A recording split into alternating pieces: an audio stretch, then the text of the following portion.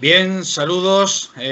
Reanudamos hoy la tertulia de actualidad de Televaldepeñas después de más de 20 días de confinamiento y lo hacemos de esta guisa, cada uno en su casa y Skype en la de todos.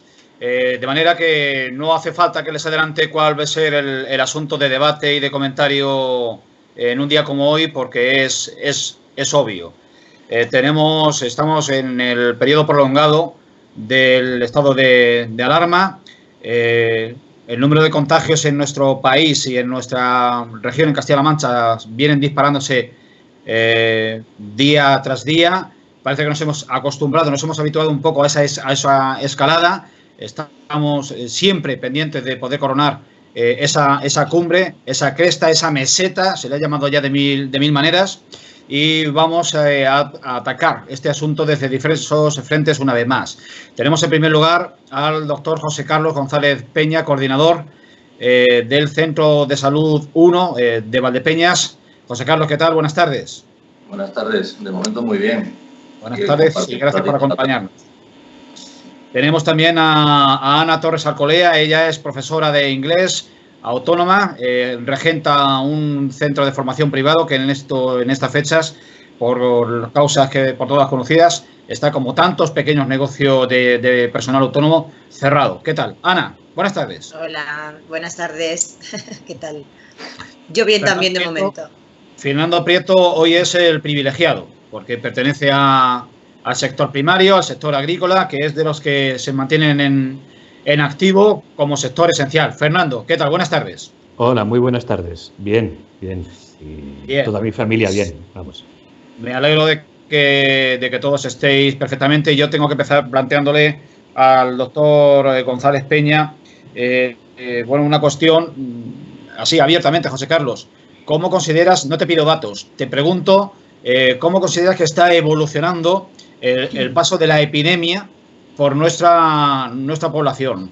¿Qué motivos tenemos para estar más o menos preocupados? Preocupados tenemos casi todos los motivos. No, es evidente, estamos cada uno en su casa sin poder salir o saliendo lo mínimo y estamos, como tú has dicho, en la cresta ahora mismo de la ola, ¿no? Cierto es que quizás 2 días, se ha notado, por lo menos en las consultas de atención primaria, que es muy diferente a lo que es el comportamiento a nivel de hospital, quizá una estabilización. Estamos viendo, más que viendo, hablando con pacientes siempre por teléfono y casos nuevos no nos van apareciendo en atención primaria, ¿vale? Ahí en primaria intentamos, digamos, contener a los pacientes, darle consejos, ponerles tratamientos a través de su tarjeta electrónica, ¿no? Vía telefónica. Cuando tenemos que salir a domicilio, salimos a domicilio, pero realmente casos nuevos no están apareciendo, ni mucho menos como hace una semana, ¿sabes? ¿Qué quiere decir eso? Y decía lo del primaria con hospital. Hay pacientes que estando en su casa, ¿sabes?, empeoran y al final van al hospital, pero caso nuevo a nosotros nos están apareciendo ya bastantes menos. Yo creo que es una cuestión positiva, es decir, lo que tú decías de la meseta o de la cresta y demás, yo creo que estamos o hemos llegado ya ahí. Sí es cierto que en los últimos 2 días en el parte diario que da el Servicio de Salud de Castilla-La Mancha hubo una sorpresa. Tenemos que aclarar a la audiencia que este programa se está grabando algún que otro día antes de emitirse, no es un directo. Y dicho lo cual, comentar que hoy hemos asistido con cierta alegría, quienes seguimos a diario la evolución de los datos, de que hay bastantes menos hospitalizados de los que había hace 2 días en el hospital de Valdepeñas. De más de 90 hemos pasado a 78. ¿Es esto signo de algo o es únicamente una inflexión? ¿Qué podemos esperar para los próximos días, José Carlos? No, si habéis visto los datos que van dando día a día, fuimos subiendo últimamente desde el primero, ¿no? Hace unos días había 50 y tantos ingresados, luego fueron 70 y algo, fueron subiendo 70 y tanto, ha llegado efectivamente, como bien dices, a 90 y algunos, y llevamos 2 días en 72, 74, algo así, ¿sabes? Eso es buena señal, desde luego. El paciente que lleva días en su casa con síntomas, se le haya hecho el test o no se le haya hecho el test, con síntomas en su casa, no ha ido a peor y no ha acudido al hospital y no ha requerido hospitalización. Eso es muy buena señal. Todo lo que sea no saturar hospital, al final será bueno para las UCI que no se verán saturadas tampoco. El problema de esto es que se sature hospital, se sature las UCI y entonces el sistema sanitario pues acabará dando el reventón que todo el mundo intenta evitar. O sea que el hecho de que se vaya manteniendo, incluso descendiendo, es bueno. Muy bien. Fernando Prieto, como decía, perteneces al sector primario, al sector agrario, en el cual tiene muy fundada su confianza la economía y, bueno, casi diríamos la supervivencia del país. De ser un sector con una baja consideración social, como decía un líder de la comunicación de nuestro país hace escasos días, como Iñaki Gabilondo, pasáis a estar un poco en la élite de los sectores, porque es el que está junto con otros, la logística, etcétera, el aprovisionamiento, trabajando a marchas forzadas y trabajando con plenitud. Bueno, te plantearía inicialmente esto. Hoy sois un sector esencial. ¿Cómo notas que tus compañeros de profesión están abordando la situación? ¿Están trabajando con plena normalidad o han replanteado un poco su faena cíclica en el campo? En fin, ¿cómo estáis, la gente del agro? Bueno, la verdad es que hay poco contacto con la gente, ¿no? Por cuestiones obvias, ¿no? Pero los pocos que he podido tener, pues por WhatsApp, por correos, por cualquier otro tipo de contactos, en el tema agrario la normalidad es la que se podría decir que impera en la actualidad. Es decir, afortunadamente, bueno, pues somos un sector que, como bien has dicho, al principio pues estábamos un poco, bueno, pues marginal, por así decirlo, porque no importábamos mucho en el peso de la economía nacional, porque somos menos del 3% del PIB nacional, bueno, pues porque somos una población en principio pequeña en el mundo laboral. Bueno, y hemos llegado a la conclusión de que no somos tan innecesarios, sino todo lo contrario, ¿no? En definitiva, pues por suerte, pues tenemos la fortuna de darle de comer de 3 a 4 veces a toda la población española y lo que podamos todavía exportar, que tenemos una gran capacidad para eso. Bueno, en esta situación lo que sí se ha visto, no solamente en el sector agrario, que es el mío, sino en otros sectores que tampoco eran los más privilegiados de la sociedad, que hemos llegado a ser necesarios, que somos realmente necesarios.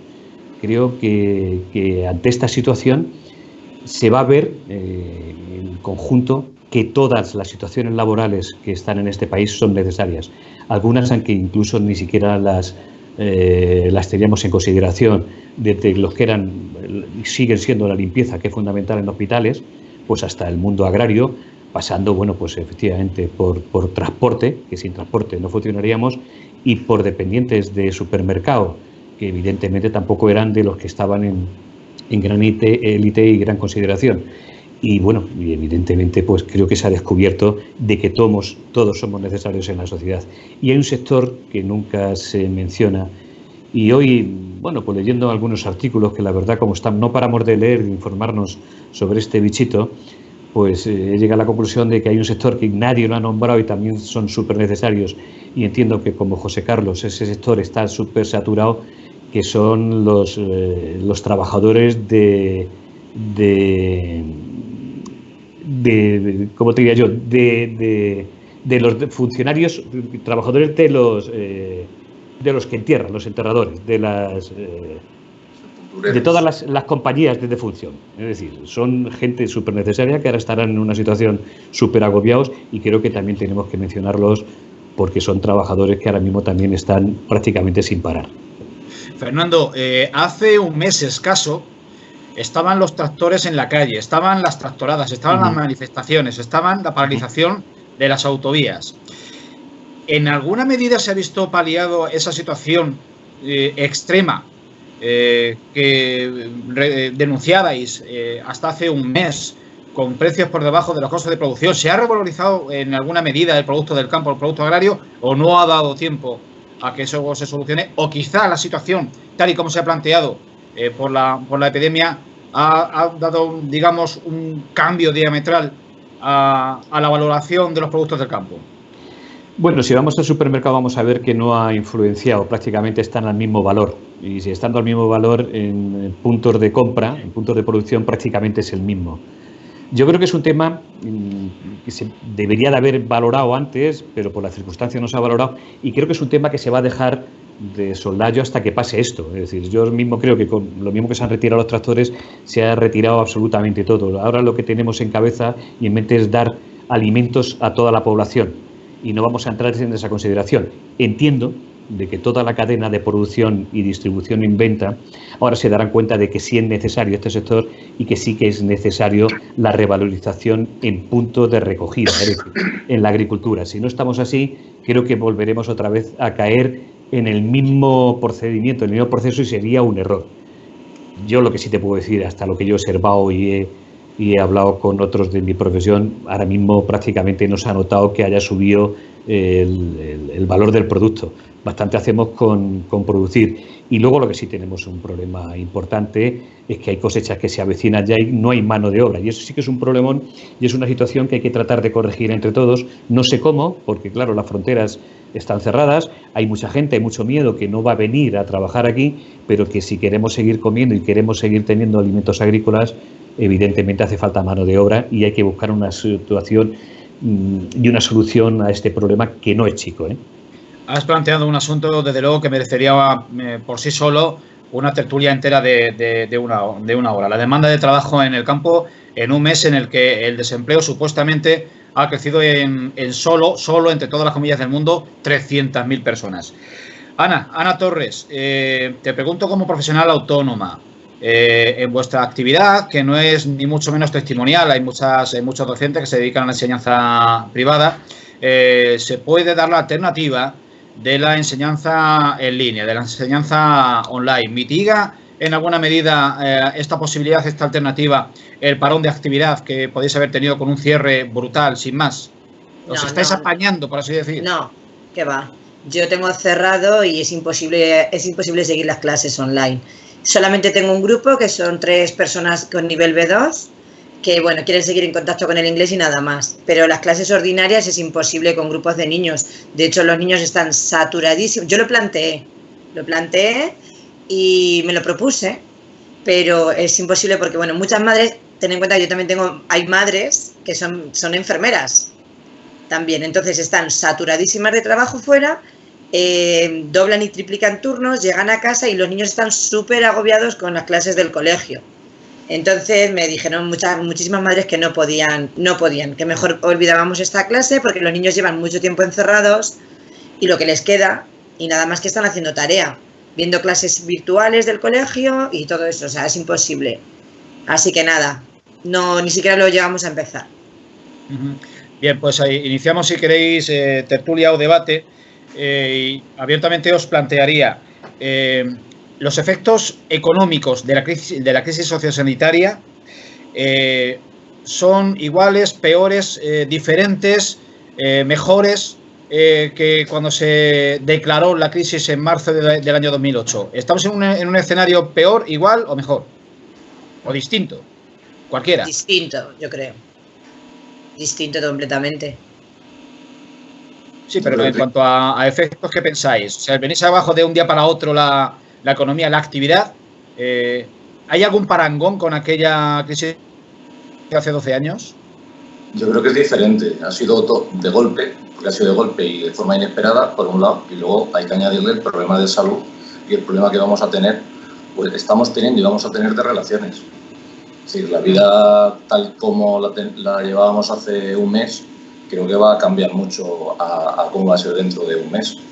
Entonces, a la crisis económica, que va a ser bestial, como bien dices, creo que se va a unir también una cierta crisis de relaciones, con más miedo todavía al tema de la salud y con más miedo a las relaciones.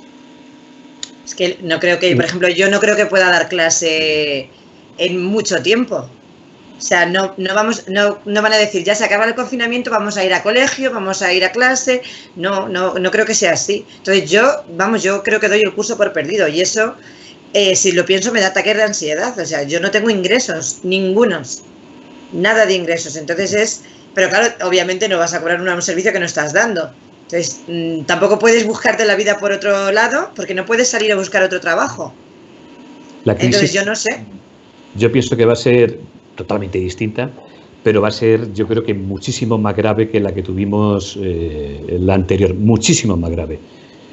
Por las razones que habéis expuesto, evidentemente, y por el miedo que va a existir.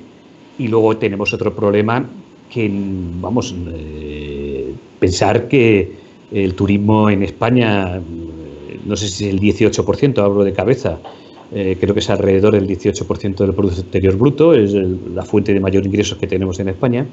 Y el turismo este año yo creo que hay que darlo prácticamente por perdido, independientemente de que se abra pronto el estado en el que estamos o se alargue. La gente por miedo no va a viajar en mucho tiempo y este verano lo vamos a tener perdido. Eso significa que vamos a tener prácticamente el 2020 perdido en turismo, lo que eso significa para la economía española entera, lo cual la crisis puede ser infinita. Eso en cuanto a turismo. Y luego, como bien dice Ana, en pequeños autónomos, pues el tema, bueno, pues muchos, este año también va a estar prácticamente perdido, porque todo lo que se dedica a educación, a ocio, a comercio, va a tener unas pérdidas muy, muy, muy considerables.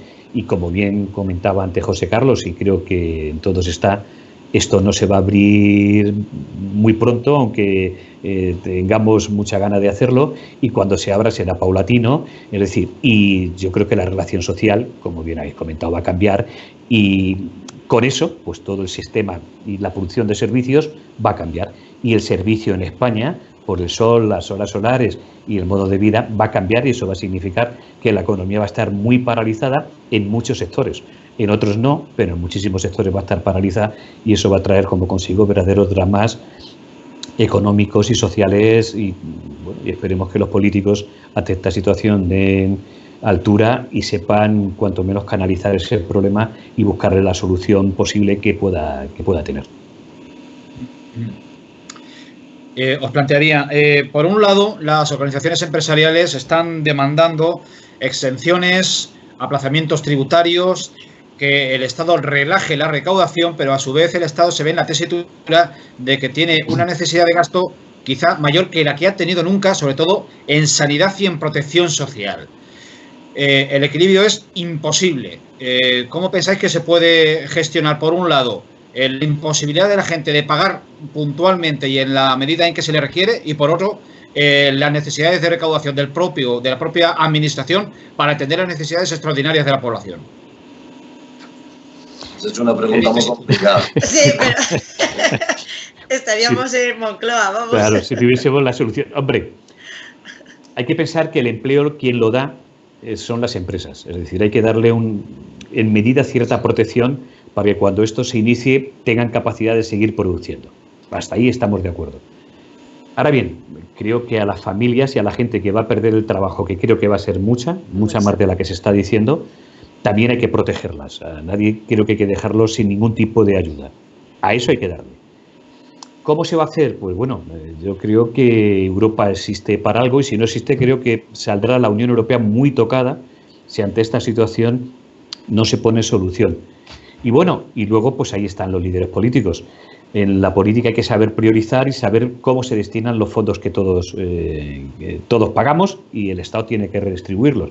Pues habrá que ver. Bueno, pues en definitiva esto va a ser prácticamente como una economía de guerra. Lo primero siempre es antes, y evidentemente protección de la gente sanitariamente, y luego protección del trabajo para poder seguir funcionando. Y ante eso, bueno, pues hay que cuadrar las cuentas de la manera que ellos vean. Yo ahora mismo no tengo en la cabeza, ni creo que nadie de los que estamos aquí, lo que son los presupuestos generales del Estado, pero habrá partidas que no se van a elaborar. Es decir, yo creo que obras no se van a hacer en España, pues esa cuantía habrá que redistribuirla, y algunas cuestiones más que puedan redistribuirse, pues así habrá que hacerlas.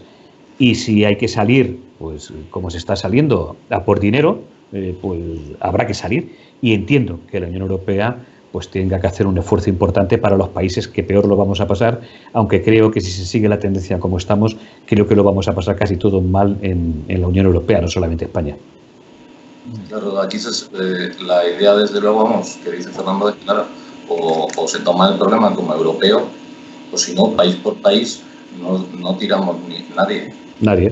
Pueden aguantar mejor o peor los países más ricos, que aguantarán mal también, pero solos, nada. Imposible. Las recetas de la última crisis ya lo vimos y lo hemos arrastrado. Eso que ahí está, ¿no? Porque ahí están esas medidas que se tomaron en su momento, ¿no? Fueron muy criticadas, y creo que, por lo menos en mi forma de pensar, algunas muy poco acertadas, pero aparte de esas medidas habrá que adoptar. Y luego estamos bajo el paraguas de la Comunidad Económica Europea. Si en esto no somos todos uno, no sé qué pintamos. Claro. O sea, al final me resulta triste, ¿no?, que haya que decir a los ingleses que han hecho muy bien, ¿no? Porque sí, claro, hombre, es que si Europa no echa una mano a los países necesitados en este momento, no sé qué conseguimos, ¿sabes? Yo creo hablar así, ¿no? Pero realmente es cuando necesitamos que nosotros, los países más, ahora mismo Italia, los países más pobres, digamos, o si no los más pobres, los que podemos en un momento ser también locomotora, ¿no?, que nos ayuden a seguir tirando, porque hay países más pequeñitos y más pobres que van detrás. Si se produce una fractura ahí, habrá unos países que tienen mejor, pero media Europa o más va al garete. Mira, conforme está ahora mismo la conciencia después de haberse ido, la conciencia europea después de haberse ido Inglaterra, si Europa no es capaz de atajar este problema, creo que la Unión Europea como tal salta por los aires. Va a ser muy difícil justificar que siga Europa en la situación que está si no es capaz de ayudar la parte más fuerte a la parte más débil. Si eso no es así, ¿qué sentido tiene la Unión Europea como tal? No tendría ninguno. Entonces yo creo que, bueno, por eso creo que los políticos y la Unión Europea tienen que pensar que vamos a estar en una situación prácticamente de guerra y ante una situación de esa pues tenemos que hacer algo conjunto todo lo que es la Unión Europea. Si no lo hacemos así, malamente las conciencias de Europa van a seguir funcionando como están existiendo ahora. Claro, pero mi pregunta, ¿cómo puede negarse ante una situación tan mala y en mundial, vamos? O sea, no puede negarse a ayudar, ¿no? Fíjate, ya en qué medida ayude ya es otra cosa, ¿no? Fíjate cómo opinan los holandeses. O sea, no hace falta escuchar sus declaraciones. O sea que, sí. O sea, los Países Bajos, nunca mejor dicho lo de bajos. Claro. Evidentemente, puede ser una prueba de fuego para la Unión Europea. Saber si hay unión, si deja de haberla o si cuando las cosas pintan tan feas como están pintando, realmente lo de la unión era una quimera o era un brindis al sol o realmente tiene futuro la unión como tal, como conglomerado de países con una economía común, política y con una política social sobre todo común. Si no se es capaz de abordar y de llevar adelante los retos que se están planteando ahora, que dejan enanos cualquier otro desafío anterior, pues estaremos ante el ser o no ser de la Unión. No sé cómo lo veis. Sí, es así. Vamos, yo lo veo así, desde luego. Sí, es que yo creo que tiene poca discusión el tema. Si no hay ayuda, no hay solución. Y si para salir solos, ¿para qué queremos la Unión Europea? Vamos, creo que la discusión es evidentemente clara. Una cuestión más que quería plantearos y es el debate de las cifras. El debate de las cifras de los datos actualizados a diario sobre la afectación en la población de la epidemia. Se está cuestionando la veracidad de la fuente única, que a nivel central pues es el Gobierno de la Nación y a nivel de nuestra comunidad autónoma, recordemos, la tercera, quizá por vecindad, pues también se están cuestionando. ¿Realmente qué necesidades hay entre la población? O sea, que os lo digo más llanamente, ¿qué ganamos el español y el manchego de a pie con saber si hay 1.000 afectados o hay 500? ¿Por qué esa ojo, no cuestiono la legitimidad de la gente por saber la verdad, pero ¿qué tenemos ganado con conocer la exactitud de las cifras de la hecatombe? José Carlos, ¿tú qué? Si fuera, si se dice, yo no pongo en duda las cifras, ¿vale? Lo que hay que ver es qué están contando o qué se está contando, ¿vale? Pacientes con síntomas o pacientes positivos, ¿vale? Al parecer se cuentan pacientes positivos, ¿vale? Pero hay muchísima gente al que no se ha hecho el test, que está en su casa o está andando por la calle y esos no están contabilizados, ¿vale?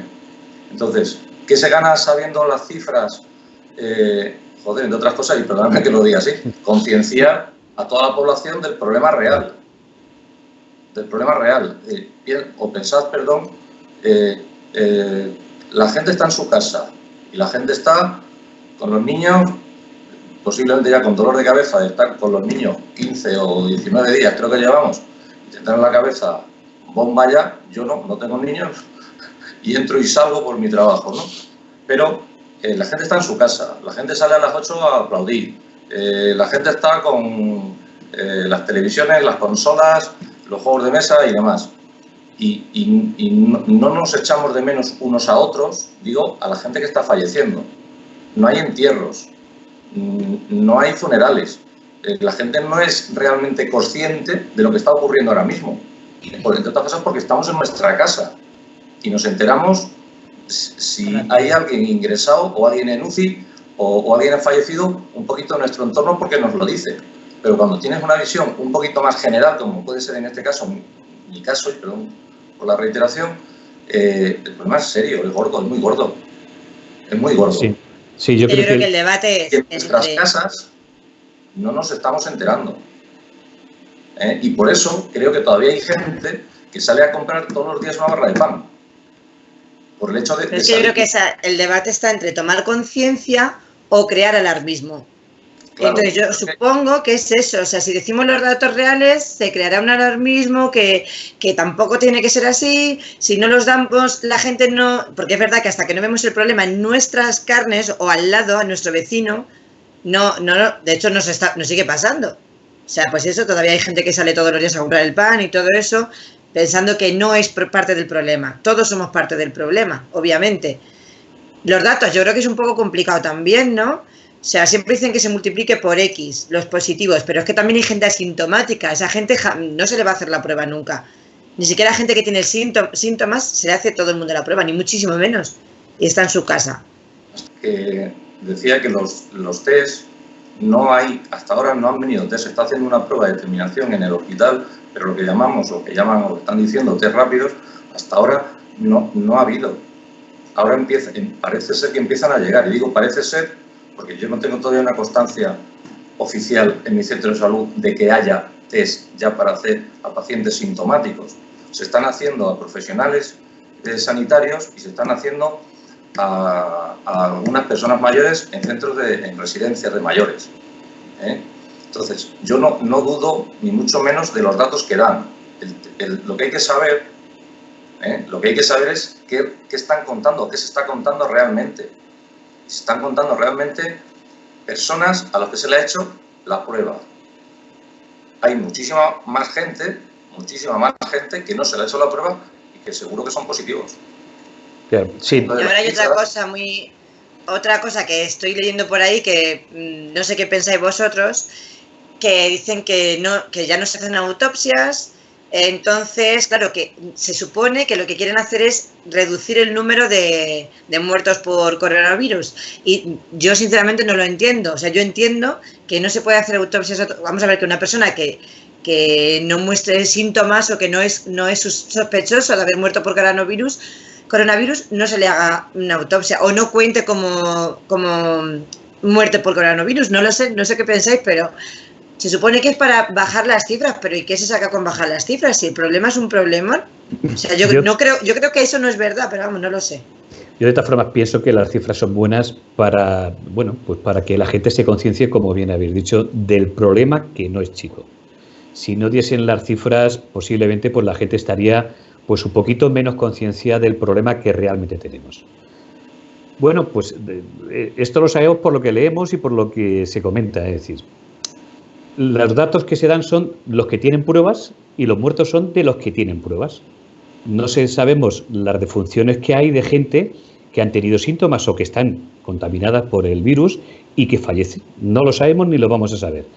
Ahora bien, hay otra manera de verlo. Salió publicado, creo que es el 29 o el 28 en El País, que creo que no es dudoso, de ver las defunciones totales y irte a las medias que ha habido durante varios años de defunciones en el mismo mes y demás.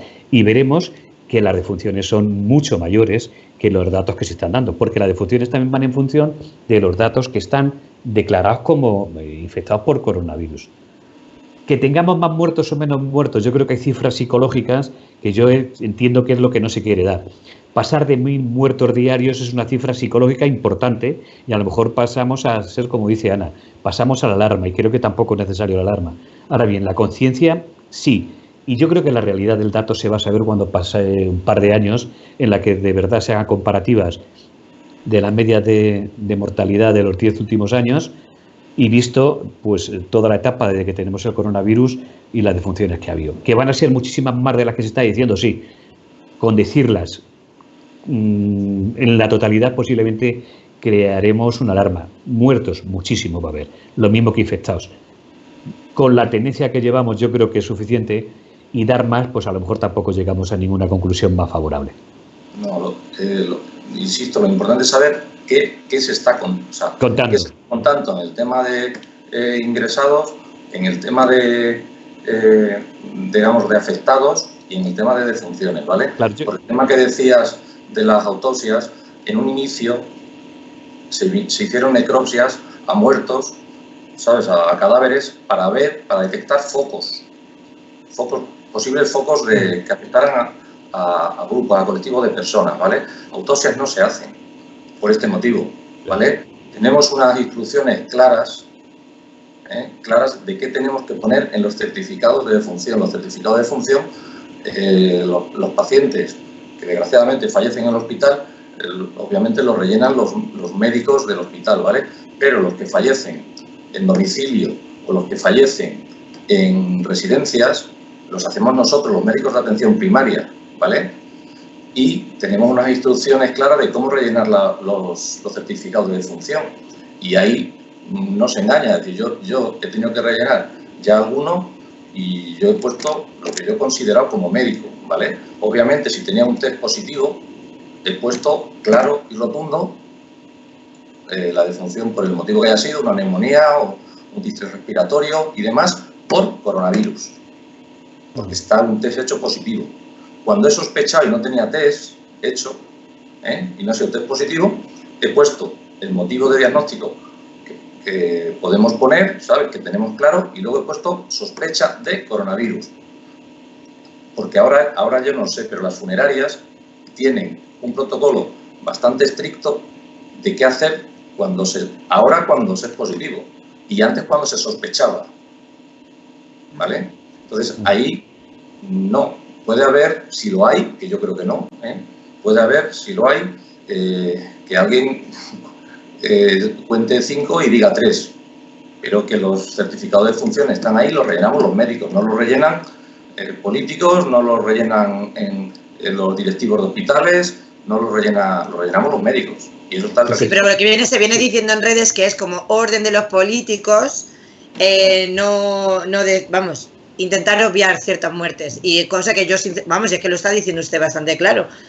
O sea, un médico lo rellena, punto, ya está. Si es sospechoso, es sospechoso. Si no hay una prueba clara... Los médicos rellenamos el certificado en base a los antecedentes del paciente, porque si los certificados hay que poner causas intermedias, causa final y demás, y tenemos unas instrucciones claras de qué hay que poner, si hay un test positivo o si es una sospecha. Pero al final yo relleno libremente.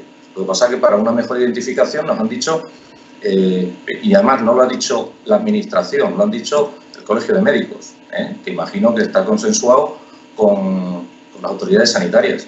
Pero el documento que tenemos para rellenar los certificados médicos, certificado de defunción, proviene del Colegio de Médicos, no proviene del hospital de aquí o de la gerencia del SESCAN ni de la consejería. Lo digo, sí, pero va a aclarar el tema. Sí, pero José Carlos, hay un tema, que entiendo yo que, que en definitiva, yo creo que sois profesionales y evidentemente os ajustáis a lo que realmente vosotros veis en una defunción. Eso es evidente y creo que nadie lo va a poner en duda ni en cuestión. Pero sí hay un tema que yo creo que preocupa a todos. Es decir, ver una morgue como está en Madrid, en el Palacio de Hielo, y verlo como ahora se va a la Ciudad de Justicia, si realmente hubiese 800 muertos más en toda España, no solamente en Madrid, creo que no se harían esas morgues con esa magnitud de la que se está haciendo. Es decir, yo creo que hay bastantes más muertos, que vuelvo a decir, no pongo en duda de la profesionalidad de nadie, pero la cuestión es que sí que se están produciendo más muertes de lo habitual. Eso es real. Pero 800 más. Claro, 800 no es el total de coronavirus, porque 800 serían absorbibles y no habría que hacer las morgues que se están haciendo en un palacio de hielo, porque ya no se da abasto a los enterramientos. Es decir, yo creo que hay mucho más, aunque realmente se diga el número que se diga. Yo creo que como cifra importante, no sé si compartís conmigo, creo que son las hospitalizaciones, las UCIs y las altas que se han producido. Yo creo que esos son los datos que realmente deberíamos de tener, más que el número de contaminados o no contaminados, que está bien, el tema estadístico, pero lo importante de verdad, a mi entender, es la gente que está hospitalizada, la gente que ya realmente está de alta y la gente que está en UCIs. Porque decir que tenemos 110.000, bueno, pues son de los que se han hecho los test y se ha detectado. Si hubiésemos hecho 2 millones de test, pues a lo mejor teníamos no 110.000, a lo mejor teníamos 300.000. Luego, entonces una cifra... Esa es, Fernando, perdón, claro, esa es la realidad. Claro. Por eso quiero decir que es una cifra, la verdad, yo creo que a todos nos interesa. Hospitalizados en UCIs y gente que está de alta y fallecidos, desgraciadamente, pues los que hay, ¿no?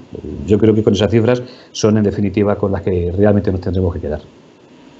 Si me permitís, voy a aprovechar para plantear al doctor González Peña, José Carlos, preguntarle cuál crees que está siendo a día de hoy la situación en las residencias de mayores de Valdepeñas. Tenemos una residencia geriátrica intervenida desde hace bastantes fechas por la Junta de Castilla-La Mancha. Tenemos una residencia una mini residencia de pacientes de Alzheimer con también alguna afectación y que estaban esperando la llegada de la UME para la desinfección de las instalaciones. Y tenemos una residencia de ancianos regentada por una comunidad religiosa de la cual se sabe poco. ¿Qué le puedes decir? Pues Monteval, que es la que entiendo que te refieres como que está intervenida por la Junta, dicho así parece una cosa exagerada. Estamos yendo nosotros, ¿Vale? Es decir, la intervención, han establecido un par de coordinadores a nivel uno local y otro regional, que son los encargados un poco de ver cómo están en cuanto a material y necesidades no las tres residencias, sino las residencias en general. Hablando del local, obviamente, es de las residencias de Valdepeñas y de la comarca que abarca el hospital de Valdepeñas, ¿vale? Hablando concretamente de Valdepeñas, os digo, están esas tres que has mencionado. La primera, Monteval, que fue la primera donde, vamos a decir, que saltó, ¿no?, la alarma y saltó el comentarios, no voy a decir ni bulos ni no bulos, comentarios en general y muy variopintos, donde efectivamente han muerto varias personas. No te puedo decir el número de personas porque tampoco lo sabemos, ¿vale? O sea, tampoco lo sabemos. Ahí es verdad, está yendo un médico y una enfermera todos los días de 8 a 3, ¿vale? Cualquier cosa que surge por la tarde, obviamente, está todo articulado y van compañeros del servicio de urgencias de atención primaria, ¿vale? Lo de la calle Batanet, para que nos entendamos, ¿vale? Y están yendo, si no recuerdo mal, ya desde hace casi 3 semanas, ¿vale? Ahí hay pacientes positivos y no negativos. Bueno, alguno habrá sido negativo de los que han hecho el test y luego hay muchas personas asintomáticas que no se le ha hecho el test, ¿vale? Luego, tenemos la residencia de AFA, ¿vale? Sí. Ahí estoy yendo yo ahora mismo, ¿vale? Ahí el centro es más pequeño, la accesibilidad es mucho más, por decir así, mucho más fácil y mucho más rápida. Entonces, estamos yendo una enfermera y yo. De manera, digamos, constante, 2 días en semana fijos y luego prácticamente todos los días va algún compañero por si hay algún agravamiento de alguno de los ancianitos que hay ahí, ¿vale? También hay ahí pacientes positivos y personas a los que no se le ha hecho el test, ¿vale? Porque están asintomáticos. Todos, y luego, en la residencia de las monjitas, ¿vale? El problema ha surgido bastante más tarde, de hecho está empezando ahora a salir. Hay algunas personas positivas y luego personas que no tienen síntomas, ¿vale? Normalmente los centros se organizan en zonas, siempre que la instalación, porque la residencia de AFA es, al ser más pequeño, es más pequeño en todo, el número de usuarios, el número de personas ingresadas y obviamente en instalaciones, con lo cual no permite a lo mejor la facilidad que puede tener Monteval, ¿vale? Se clasifican, yo te digo, normalmente en 3 zonas, una de pacientes positivos, otra de pacientes sintomáticos, aunque no tengan hecho el test, ¿vale? Pero son sintomáticos, y otra de pacientes sanos. Se independizan para que obviamente intentar que no se contagien unos a otros, ¿vale?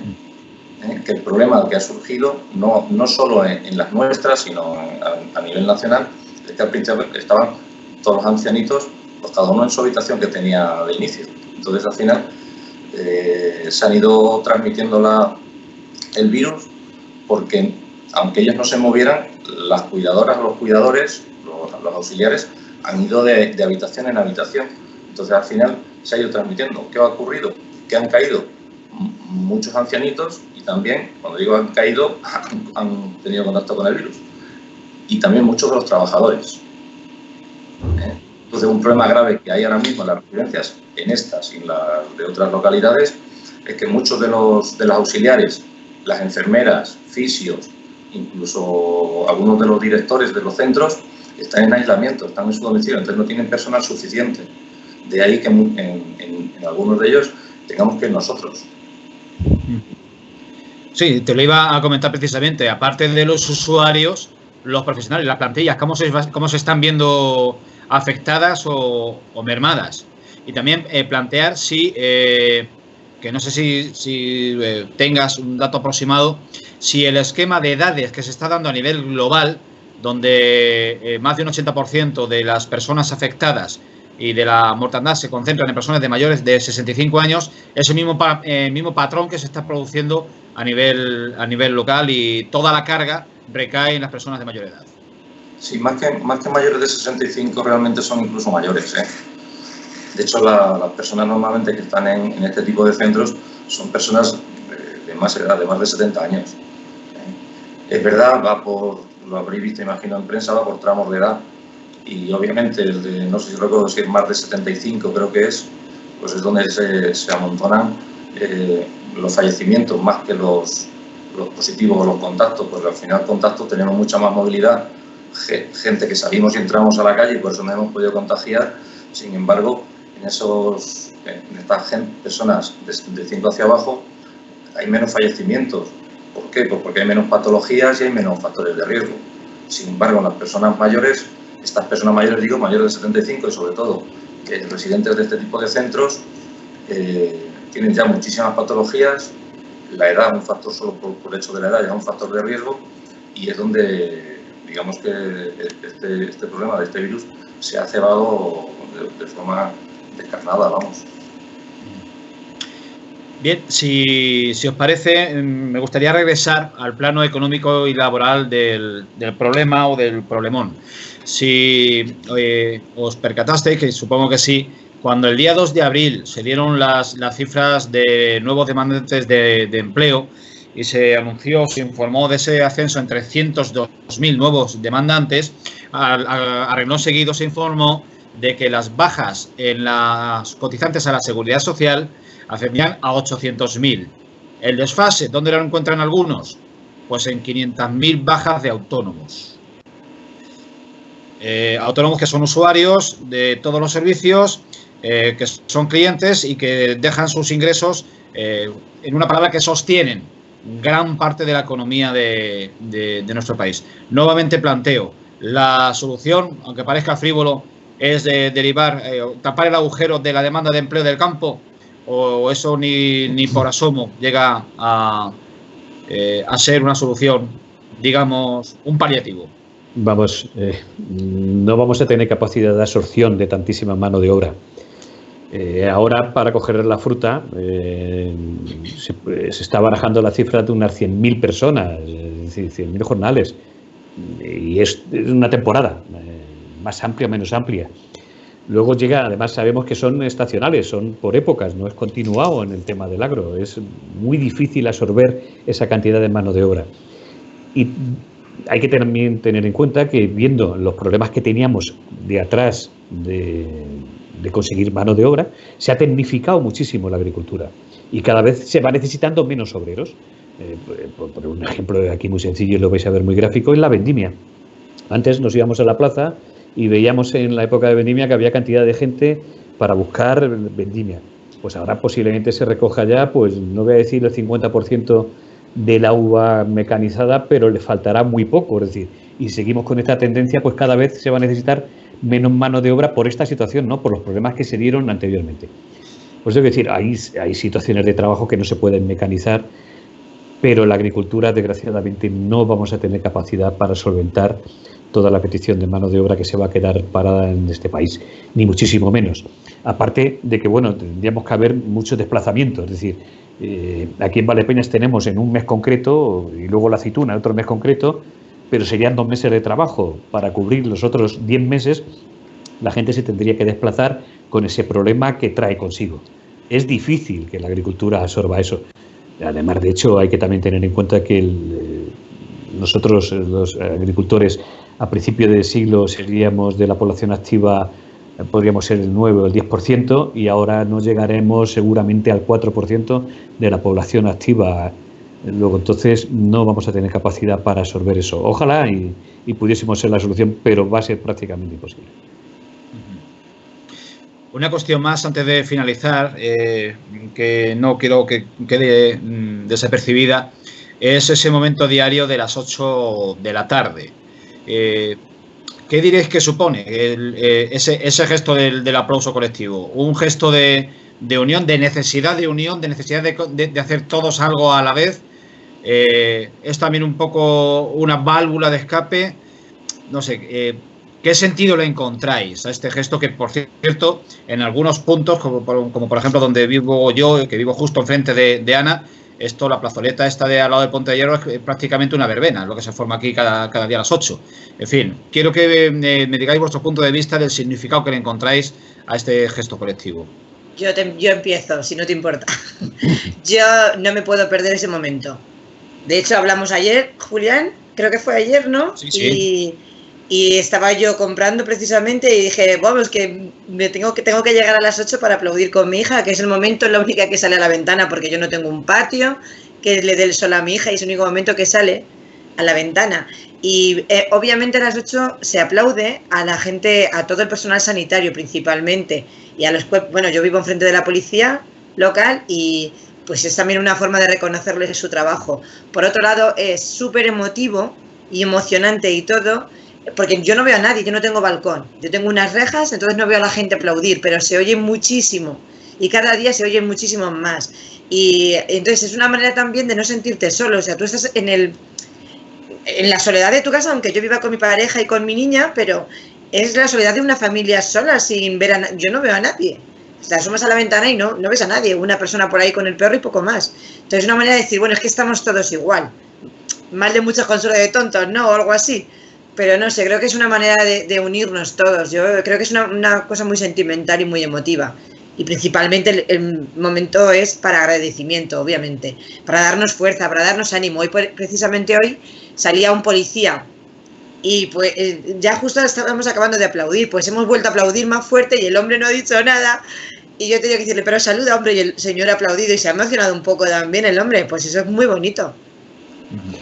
Yo creo que sí, no, yo creo, compartiendo con lo que dice Ana, que bueno, que es, en definitiva es eso, ¿no? Es el agradecimiento a gente como José Carlos, que la verdad que están más expuestos que cualquier otro, junto con las fuerzas y cuerpos de seguridad del Estado, que son los que ahora mismo están velando por el resto de la población, porque nosotros, aunque estamos dando de comer, pero estamos un poco más apartados y no tenemos el contacto como lo tienen ellos, y nuestras vidas están en sus manos, ¿no? Y de hecho, creo que la última cifra son 19.000 y pico contagiados ya. Es decir, que creo que el esfuerzo que están haciendo es para agradecérselo. Y al mismo tiempo creo que es una válvula de escape y de contacto con el resto de la sociedad, porque al final te ves con los vecinos, te cruzas 4 palabras y parece que, bueno, pues que ese momento pues ya estás con el resto de sociedad, ¿no? Yo creo que es un momento que se cumple en esas 2 facetas. Vuelvo a reiterar, el agradecimiento a los sanitarios, que ahora mismo estamos en sus manos, y creo que ese esfuerzo es impagable. Sí, yo creo que empezó siendo un homenaje, un agradecimiento a los sanitarios. Y digo sanitarios solo, ¿vale? En principio.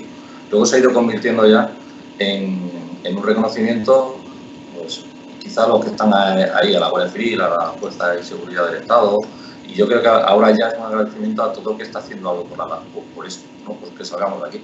Desde el médico que está en urgencias, viendo casi a pecho descubierto a todo el que llega, pues como a los agricultores, a los policías, a todo el personal de limpieza, de donde sea, no solo de los hospitales, sino al señor que estaba barriendo las calles, que todavía hay alguno.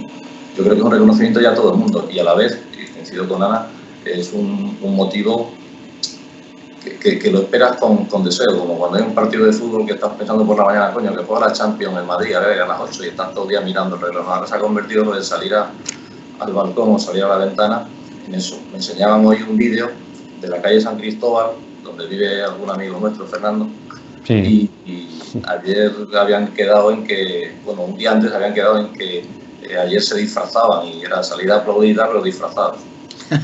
Y se grabaron y ahí disfrazados. Ahí hay días sanitarios y no sanitarios. Y eso es un motivo de, no sé, decir, estamos ahí, estamos aquí todavía y juntos lo sacamos, porque al final es una actividad común, una actividad colectiva. Bien, pues creo que habrá más tertulias de actualidad en Televaldepeñas dedicadas a la epidemia, a la pandemia. Quedan sin repasar, sin analizar, tiempo habrá para ello, los 1001 actos e iniciativas altruistas de gentes particulares, de empresas, que muchas de ellas se están volcando, inclusive aportando, invirtiendo en ayuda social, que eso sí que es responsabilidad social corporativa y que se les está reconociendo a diario. Al final el aplauso de las 8 va a ser un homenaje al conjunto de la sociedad, aunque el foco esté centrado en los sectores esenciales, como sobre todo la sanidad, con ese más de un 10% de personal contagiado con respecto a la globalidad. José Carlos González, Fernando Prieto, Ana Torres, 1000 gracias por compartir este rato, esta tarde con la tertulia de Televaldepeñas. Me gusta contar con vosotros y, bueno, evidentemente tiempo habrá de volver a comprometeros en una nueva hora de tertulia. Muchas gracias y un abrazo a todos. Muchas gracias a ti. Muchas gracias a ti. Y a todos, y José Carlos, a ti. Despedimos aquí.